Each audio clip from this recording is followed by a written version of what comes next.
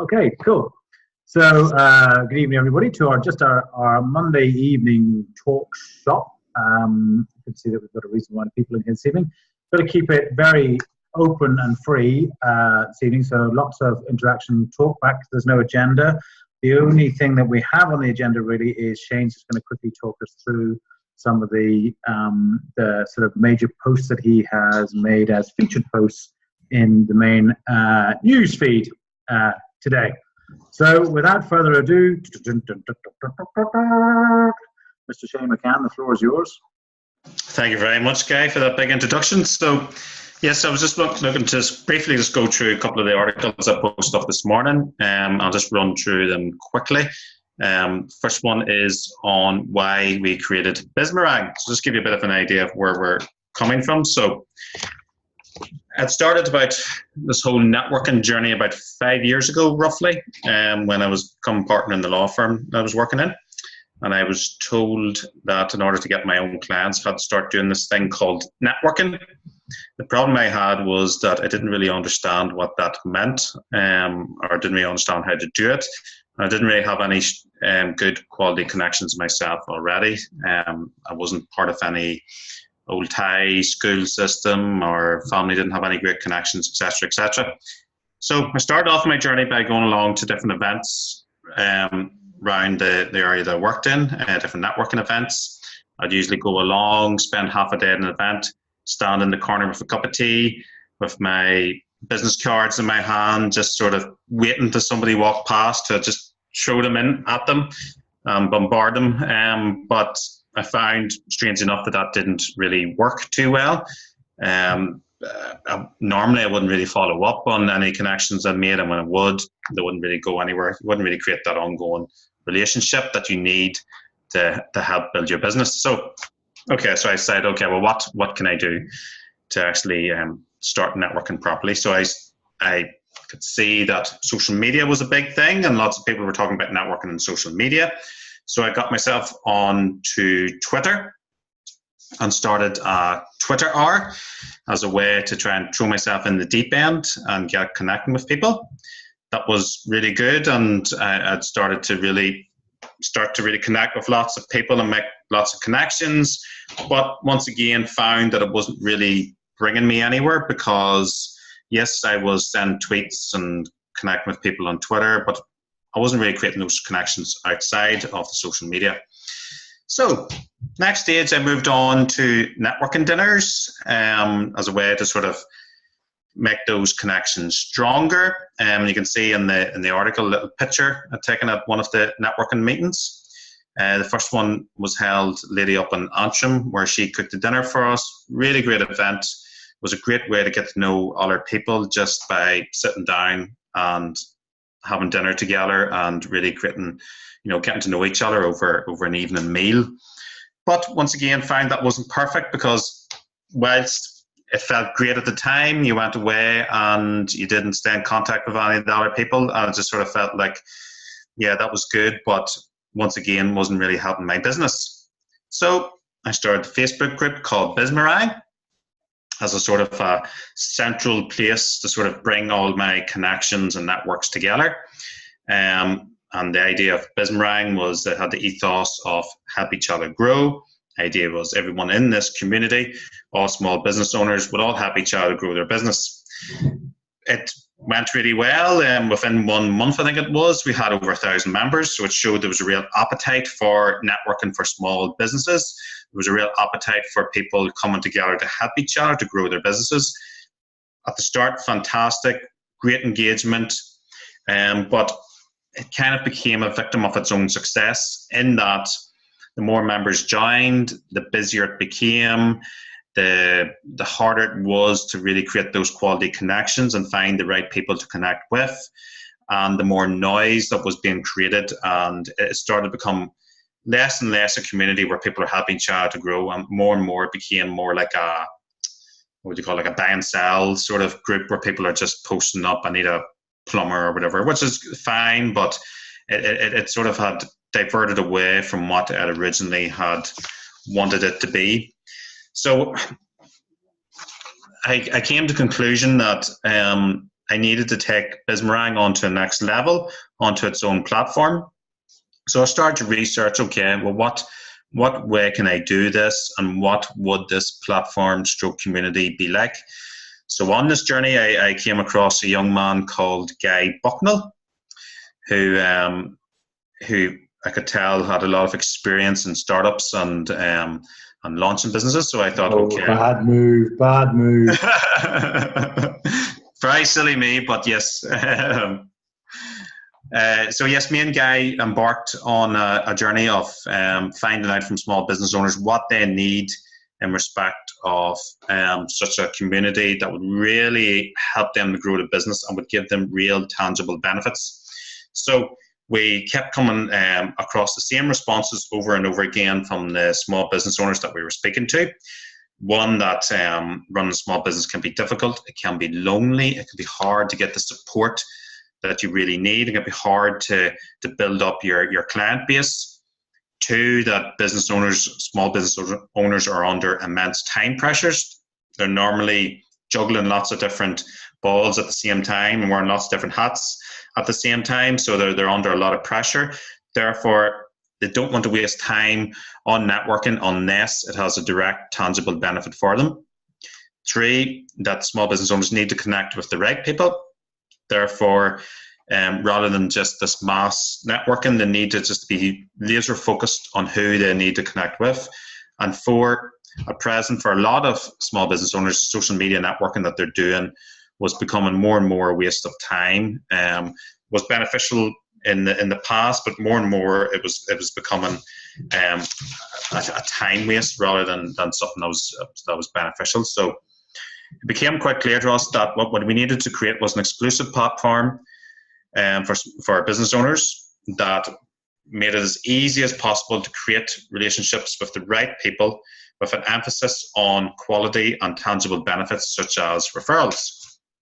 So that's where this new Bizmarang platform on Mighty Networks came from.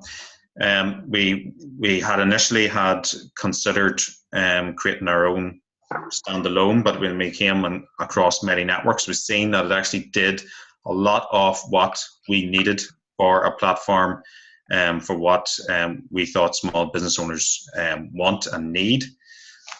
So with the Bizmarang platform, what we really want on Bizmarang is for the members to create quality connections that they need to grow their business. So what that means is no cat videos, no political rants, just quality content and quality connections. So we don't want members going on to the Bizmarang platform and seeing in their feed their friends' holiday pictures and where their friend has gone for the weekend and stuff like that. They don't want to be sucked into this world of just wasting time and clickbait, etc., etc. So what we realize is that business owners need most is the ability to connect and build a relationship with the right people and receive the right content for them. So clearly for us, what we need to do is create a series of what we call micro networks, which each one would be specific to a particular industry or a particular location or a particular theme or a particular topic. And each will be run by a business person who's passionate about helping the members of that particular micro network. And these micro networks in our platform are called circles. And we want these circles to be bursting at the seams with the real tangible benefits that a member needs to grow their business. So it can't be sort of airy-fairy, something that maybe is nice to be a member of, but it has to be something that there's real tangible benefits that whenever a prospective member looks at a circle, they can say, yes, that is something that I need to join that's really going to help me to boost my business and really going to help me to grow my business. So to allow us to create all of these series of micro networks, we're selecting hosts for each circle, and we insist on these circle hosts charging a fee for entrance to the circle. And the reason for that, and we did think this over, and as to whether or not we should insist on charging fees for each of the circles, and we've strongly decided that we need to do two ensure that circles, there's an entrance fee, because we want to ensure that only committed business people join a particular circle. What we don't want to happen is what would happen on maybe Facebook or LinkedIn groups, where I know on Facebook I'm a member of, I don't even know, maybe 15 different groups.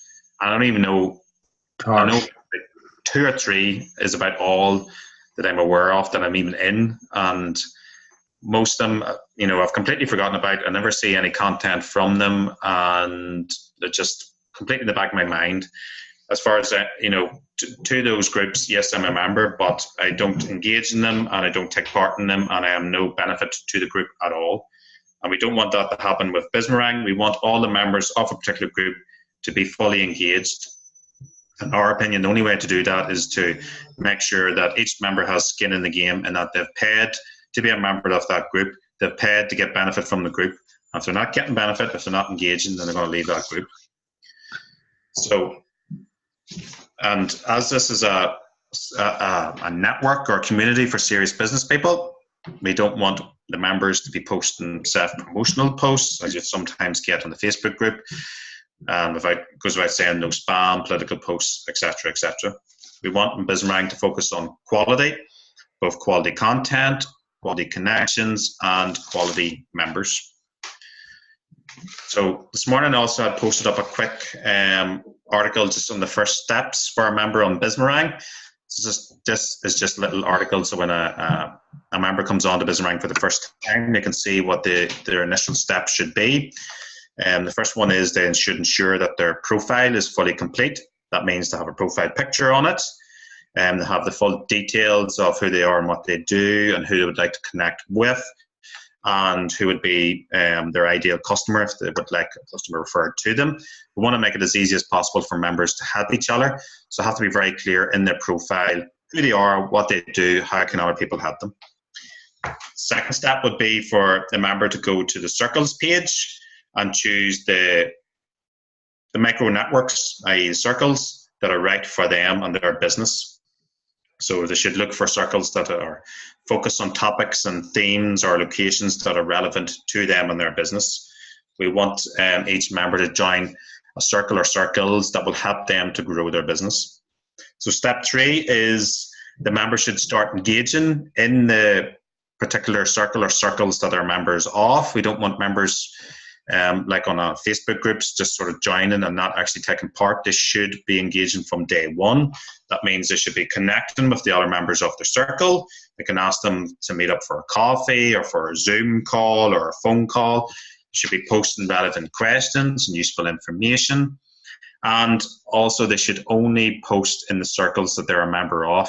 They should not be posting in the main Bizmarang feed, because what we don't want is the main Bizmarang feed full of just random posts from all the many members that there will be on the Bizmarang. We wanted each Bizmarang feed for each member to only consist of the content from their particular circles.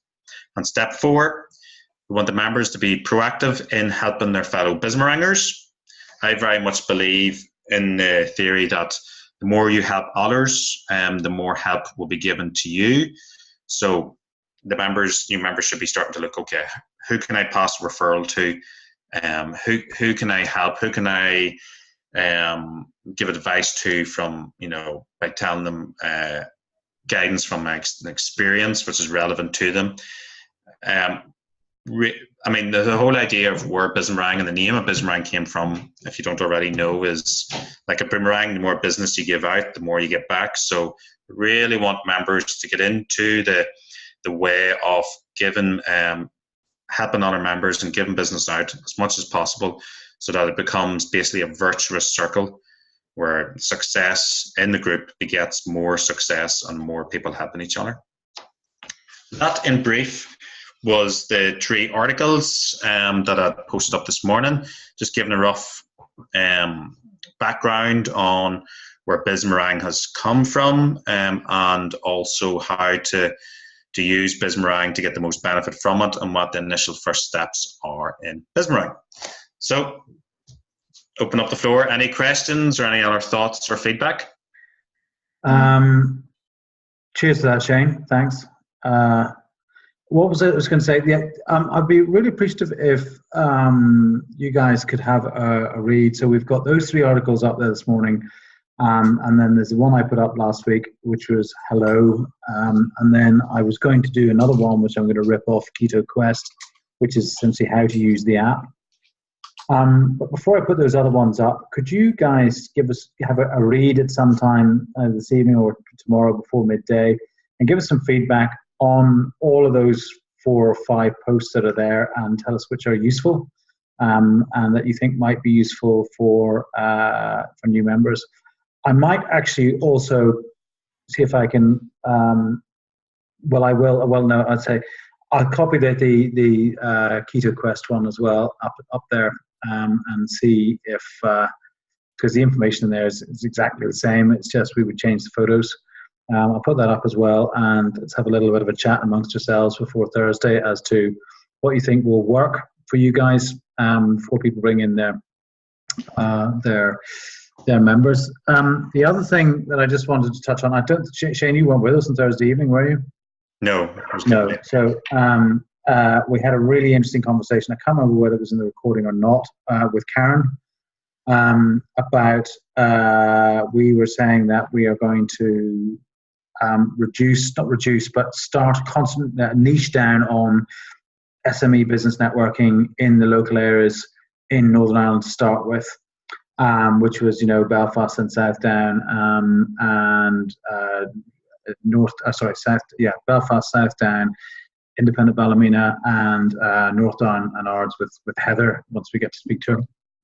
But then, of course, but Karen has this fantastic familial history with working with Northern Ireland expats or with a network of Northern Ireland expats around the globe who want to work with Northern Ireland as well.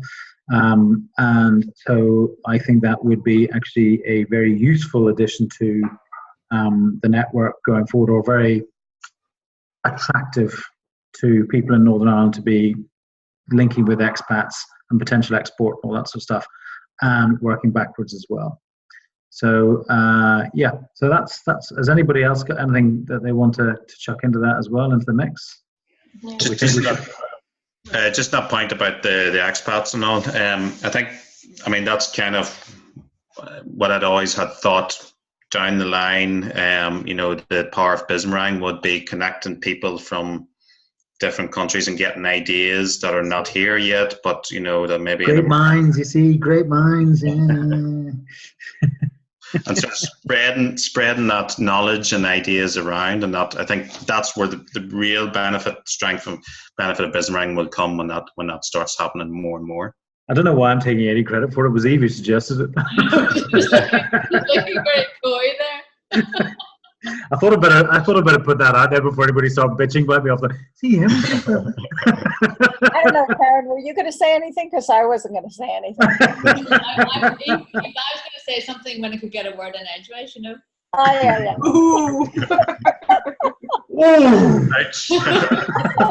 Eve, first of all, yes, many thanks for the suggestion and the chat that the 3 of us had last week. When I mentioned it to Mark, he was really excited. Oh, good. So he's really excited. So he's the one that really has all the connections and whatnot. So he was really excited. And we know how these things work. It's the women who get it done, though, isn't that right, Karen? Yeah, that's it. So we'll set our Zoom call. I'm just trying to get some credibility back here. That's all. One, no chance. Thanks to that. Yeah, I know that. Well, in Eve's case, that might just be because I'm the wrong gender. But anyway, that's another story. Ian, when you mention the people that post the cat videos and things like that, how are you going to stop those people doing things like that? Like, can we evict people if we think their content is not intelligent enough for our service? Shane, go ahead. Yeah, I think each host has to be very on the ball when it comes to if people start straying from the purpose of the circle. They have to be on the ball to be on those people, and to maybe give them a warning. First of all, say, okay, listen, you posted that. I understand you may not realise that's against the rules, but this is what this circle is for. It's not for this. Therefore, really appreciate it if you don't do it again. If they do it again, then you either give them a final warning or you kick them out. Mm-hmm. And people, what happens? Sorry, Alison, go ahead. Sorry. What happens if people maybe pay into a circle because they don't maybe 100% understand what it is, and then they want to leave? Like, should people actually be allowed into circle maybe even for a week for free to see what it is and then pay, or is that negating the purpose? I personally I don't have any issue with that at all, as long as it's kept to a week or maybe 2 weeks tops. Particularly, but also bear in mind that we won't be charging anything until the first week of September anyway. So, but I don't see, Shane, I don't know if you have any ideas on this, but I think it's perfectly reasonable to say, come and try it for a week. The only difficult bit, actually, no, in the payment system, you can set up a free trial. You can set up a free trial. Mm-hmm. Okay. So it'll be there if you want it.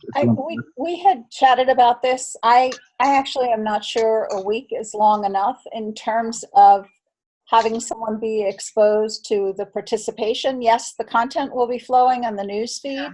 I think 2 weeks or 3 weeks would be a better trial. But I think, as I suggested earlier, we invite them to give us feedback about why they're leaving. And if they want to respond to a survey, but a serious survey about what needs we met or didn't meet, then we'll get a week or two. Yeah. So what did we say? Did we say then we would give them, what you suggested last time, was 28 days free, and then 2 weeks, a further 2 weeks if they filled in the questionnaire? Is that right? 3 weeks. I think 3 weeks would probably do it. I don't think it has to be a month, although, it's going to depend on what your billing situation looks like. Well, the way the billing works is that when you join a circle, you just sign up for it. So let's say you join Bismarang on the 1st of the month, in the 1st of October, for example, and you had a look around, and you decided that you wanted to join Circle A and Circle B. On the 5th of October, you sign up, you get billed that day for Circle A and Circle B, and you get billed every month on the 5th for Circle A and Circle B, with a separate invoice for Circle A and a separate invoice for Circle B. If at that point you then want to, on the 22nd, join Circle C, you get an invoice on the 22nd for Circle C, and that recurs on the 22nd of every month for Circle C. So, so it doesn't. There's no complications. Originally, I was thinking that we would like to do a 1 monthly bill with everybody on it. It's actually, but actually, when you watch, and you start thinking about it in detail, you go, "Oh, that could really be a real nightmare." To be perfectly honest, I think what will happen is that there will be a reconciliation at the end of every month by the admin team at Bismarang. So we'll say, right, for the month of the 1st to the 31st. This is what was collected on behalf of your circles or from your circles, and then payments are then made out. So our payouts will be in the first week of the following month, but that's purely for an admin purposes. It's not as if we're collecting any interest on it or anything like that. It's just for our own administrative purposes, and also, well, actually for everybody else's administrative purposes as well. So we know that at the end of the first week, that's when you can expect payment and that sort of stuff.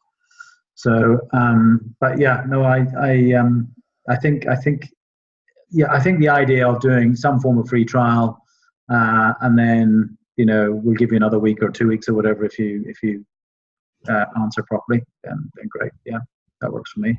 And on the other thing, I'm back to Alison's original question. Alison, it is up to hosts to maintain the quality, and if that quality isn't there and that person is detracting from the quality, then you're detracting from the value. And if other people are willing to pay 10, 15, 20 pounds a month or whatever it is, then, you just can't have them. It's just the way. Yeah. Do you have rules like you have on the Bismarang Facebook group? Will you actually have rules when they come in at the start, sort of saying, be careful what you're posting and blah, blah, blah? Yeah, yeah. I mean, there has been a featured post up there already saying house rules, I think it is, or something like that. I'm just a little concerned that we have 5 or 6 featured posts up there. That's why I quite like your feedback as to which ones are really useful and which ones aren't quite so useful. The other thing, of course, is bear in mind, don't forget the settings that settings for members in general. That the default is that they can only do quick posts. But you need to set the member settings in each one of your circles to allow them or not to create various other bits. I mean, you could just shooting from the hip at this point as well. Also suggest that in somebody's circle that you're going to ban them from creating articles or certain events, for example, just within the circle, because you can change that within your settings. And then say, I'm gonna, if you're a good boy or girl, I'll let you post an article, or not. And you mentioned, Shane, as well, airy-fairy circles, but that's very hard to define, because what's airy-fairy to one person isn't airy-fairy to someone else. Like, that's a good point. Yes, even sanity could be quite airy-fairy in a way, but Well, I guess what I meant by that, and I didn't mean to detract from any of the circles, but I guess what I meant with that is that the benefits, what the benefits are of the group, need to be obvious to someone pretty quickly when they look at it, if that makes sense. Yeah. So that and that's something that I know I find hard sometimes, being precise with getting to the point and getting to the point of what are the benefits. And I know sometimes with myself, I maybe ramble on and like to write, and maybe as a lawyer, you like to write and House covering. Yes, basically, yeah, and covering that point and that point and that point and that point to make sure there's no possible point that you haven't covered. But I think with the circles, we really need to be focused on what are the benefits, what are the tangible benefits for a member when they look at it, go, yes, that's the benefits for joining this group. So I guess that's my point. Yeah. So if you go back to, if you have done your customer journey analysis, your customer frameworks, those needs and messages will be there. You will have identified the needs, and the messaging will be there, and that should be what's coming up front and center. On the, I think once we have niched down and got a significant number of people interacting based on that initial niche of local business networking and then other networking going forward. Once there's a critical mass, then there will be a much bigger audience to draw those even more niche groups, shall we describe them, rather than because I think I see where you're coming from, Alison, but I also see where Shane's coming from.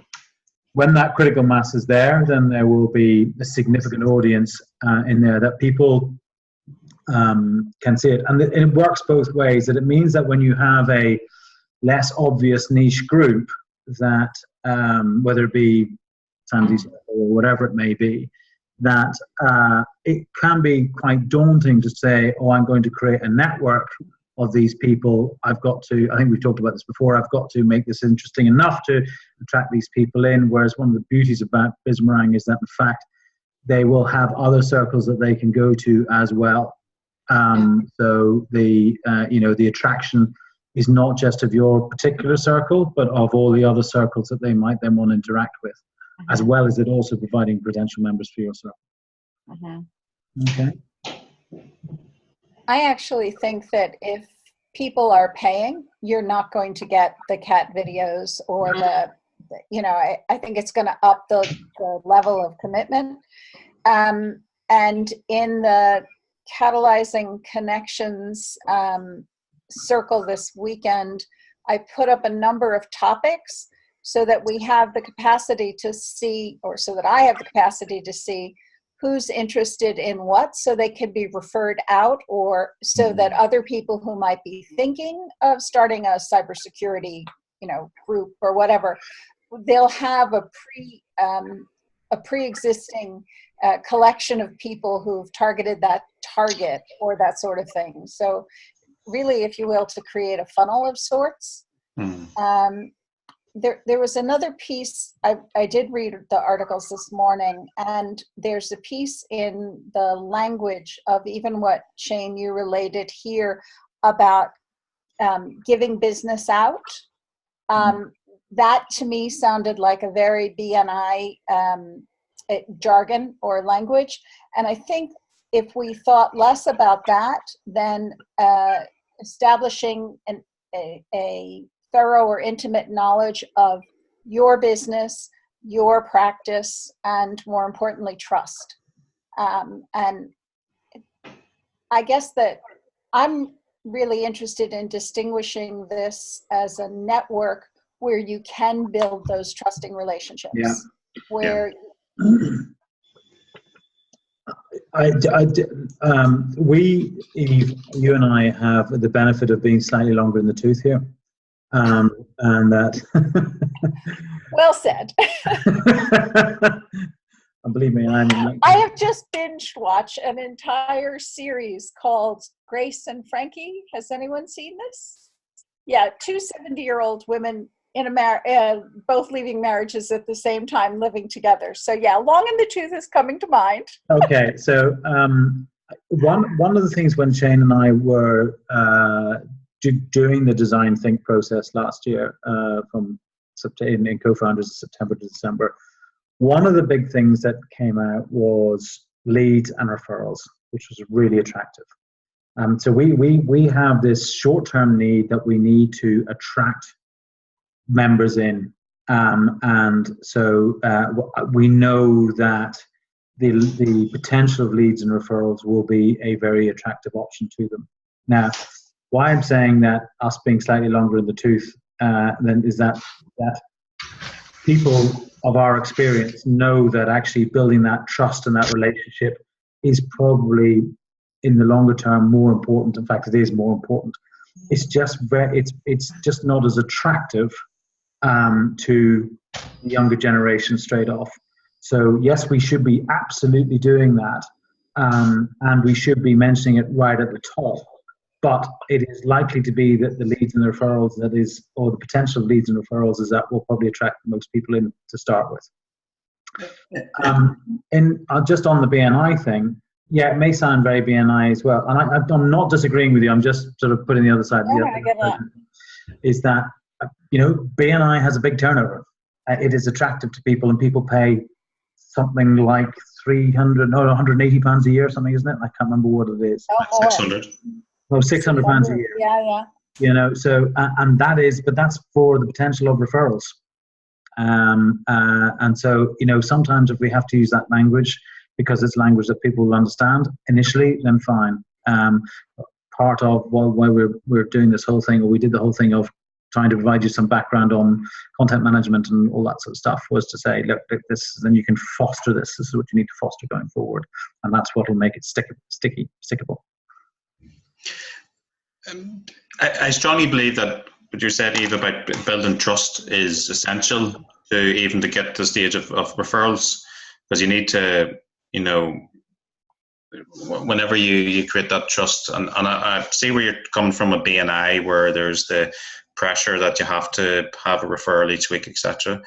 And I mean, that's not something that I would enjoy, being a member of a community where there is that pressure, where you're feeling like you have to give a referral to someone just because that's part of the rules, as opposed to because you want to give a referral to someone.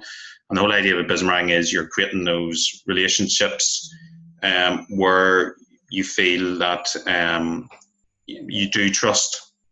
You're creating those trusting relationships where you can easily pass referrals. But at the same time, I think there has to be an emphasis on, rather than people, networking and creating those connections, to have to realize that the bottom line is the whole purpose, what we're all coming together for, the main purpose is to grow our businesses. And a large way of growing our businesses is through referrals. And I think that has to be in the back of people's minds, is how can I help other people in this community? Whether that be through referrals, or it can be lots of other different ways, but it's just trying to get it into people's heads that, okay, we're here to help other people. And that actually was my point, if inelegantly put. I think that what jumped out at me was this idea of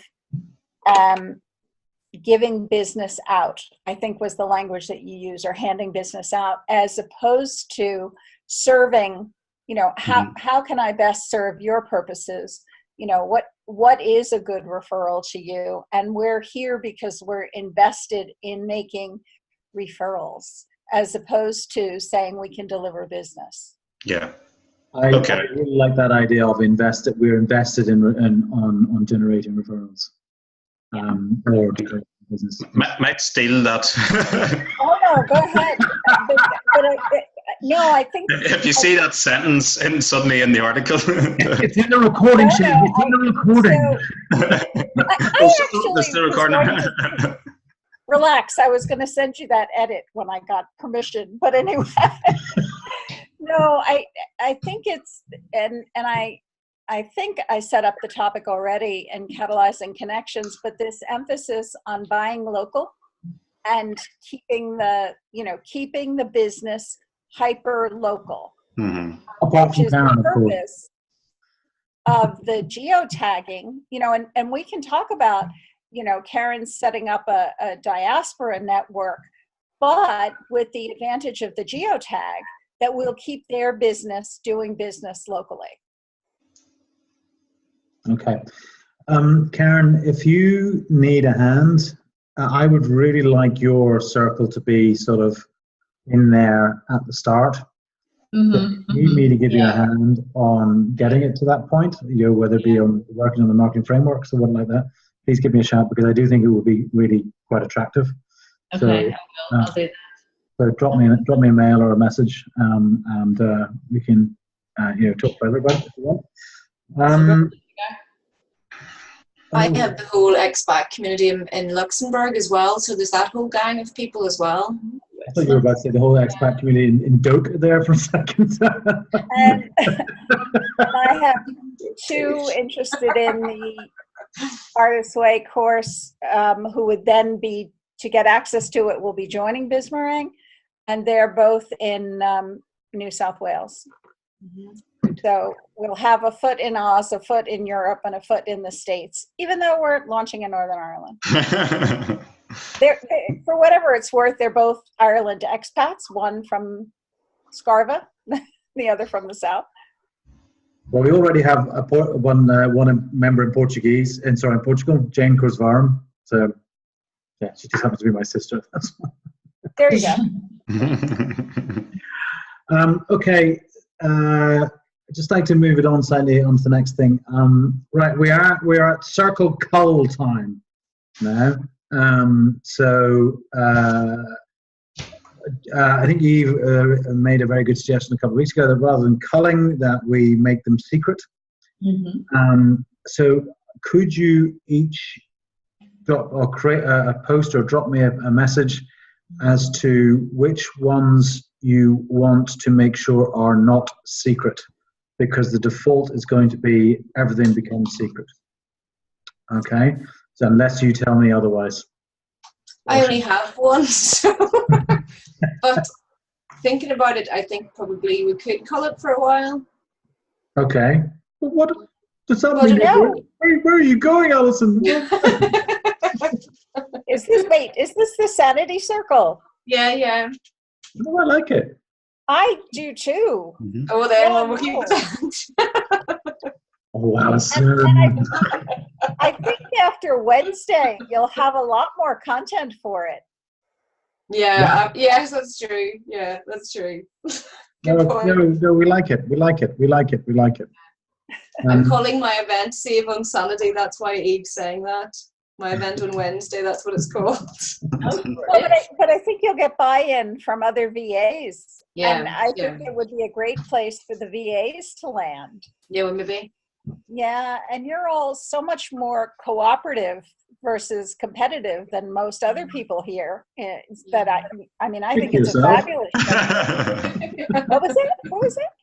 I think it's a fabulous showcase on so many levels. Okay, well then I'll keep it. Thank you. If the people in charge agree. Yeah. I don't know who that is. Shane? Don't ask me. This is a commune, don't you know?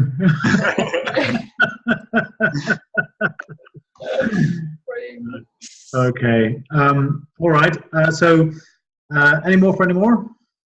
Steve? You sure? Go on. You must have another one in there. Well, the tape's on. Okay, so just quick recap. Shane, thanks very much for that. If everybody have a quick look at those articles, tell us which ones that you like. Well, not only what you like, but with some comments in each one. I think we might have to, because between Shane's 3, then the other one I've done, and then the Key to Quest one that I've got as well, we might have to just, if not merge them. Yeah, merge them, or at least change the order that they're in and stuff like that. I don't know. Or maybe I don't know. We'll just have to see. Maybe some of them we should say just should automatically go into a circle. So if you invite somebody into a circle, this is the post that you need to read or whatever. Okay, and then I will try and get the Key to Quest one up there, or a version of the Key to Quest one up there as well at some point tomorrow morning. And send us your list of circles that you want to keep. Although we know what Alison's one is now. And keep your microbiome as well, Karen. Yes, I know. I like that one. I'm excited about that one. Yeah. But I just need to get stuck in and organize my posts and get a load of stuff up there. Then I have another one which I think will definitely go secret for now. Okay. All right. Okay. And then Karen, if you're going to reach out to me on the expats, on the big fancy one, Iron expats or whatever you want to call it.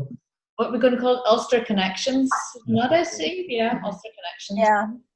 Yeah. Cool. Great stuff. Sorry, Shane. Shane, what do you actually said tonight, Shane, all about the platform? Can you make that just a video post for the newcomers? Because it's actually very nice just to have someone, and because everybody knows you anyway, to explain things like that. Okay, you mean like just go through this, what I went through this evening, or just the background, or all of it? All of it? Yeah. I was thinking, Shane, that when you were going through it, it was almost, I thought you were maybe doing a sneaky rehearsal for our Facebook Live. Yeah. Okay. Which is, when are we planning to do that? I know we discussed this afternoon. Monday evening, is it? Monday? Right, Tuesday of next week, was it? Or Tuesday, whatever, yeah. Monday or Tuesday. Yeah, Monday or Tuesday. I think it's I don't know what it is, but yeah. So there's going to be a Facebook Live next week. There's a number of versions of those posts that Shane was talking about today are going to come out as Facebook Live. As Facebook posts. Correct me if I'm wrong here, Shane. Mm-hmm. As Facebook or Facebook posts in the group this week, leading up to a Facebook Live on Tuesday, which will then have time to viralate, and its call to action will be a call to action to a invitation or get yourselves invited to the Cafe Nero on Tuesday the 18th, which will be an Eventbrite monitored event.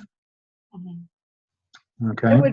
It would be great in the context of that invite to have the response, it could be on the Facebook page, but to have the response be a GDPR form, so that from that very first contact, we have the capacity to get back in touch with them. Mm-hmm. If they register through Eventbrite, it'll be picked up on Eventbrite as well. The reason why I quite like Eventbrite is because it collects all the data of when and where. And how, and it's very easy. I mean, actually, Alison, you can keep us right on this one, but I found it for the event I did last week, I found it really useful. Whenever you're doing the Eventbrite, can you, as you say, I think Liv was saying, can you use that data, the email addresses, to contact them? Is that when somebody's purchasing a ticket, whatever, is there a way of asking them to... Yeah, you have to ask their permission technically. But is there a way on Eventbrite of doing that, or? I think you just ask the question. Yeah, that was why I was suggesting that the link to get to Eventbrite was on the Facebook. So the link to get into Eventbrite could be on a form that is getting you the permission on your way to Eventbrite. They don't have to click on the two things. It'll land them, on the Facebook page. Click below, and then you can sneak the permission in as you link them out to Eventbrite. So that's 3 clicks to register? 2. No, because you click in the link in the description below, which then takes you to the form, which is 2, and then you have to click when you have to then fill in the form at Eventbrite. So there's 3. Yeah, I think you can just put it in Eventbrite, Eve. You can just put it in, and then you can link Eventbrite we'll work on Facebook to create the event. Do it the other way around. Yeah, I think you can. Just to be aware that that's a great point for us to be collecting the first. If you have a MailChimp, I get it completely, but I follow the lawyer's advice here. So if it all goes wrong, it's Shane's fault. I'm sorry, I thought that applied to everything. Oh yeah. My advice as a lawyer is don't do anything. you your big mouth, Eve. Shush.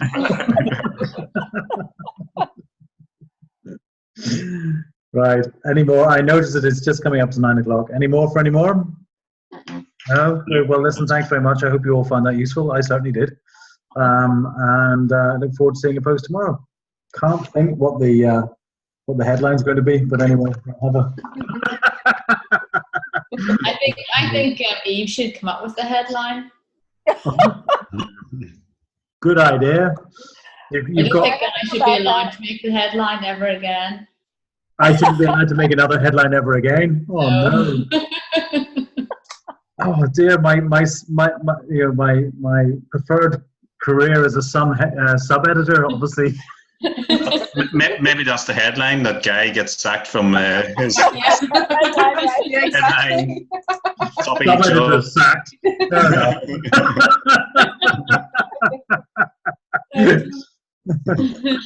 All right, listen, great to see you all again. Speak soon. Cheers. Okay, thanks very much. Bye, everybody. Bye.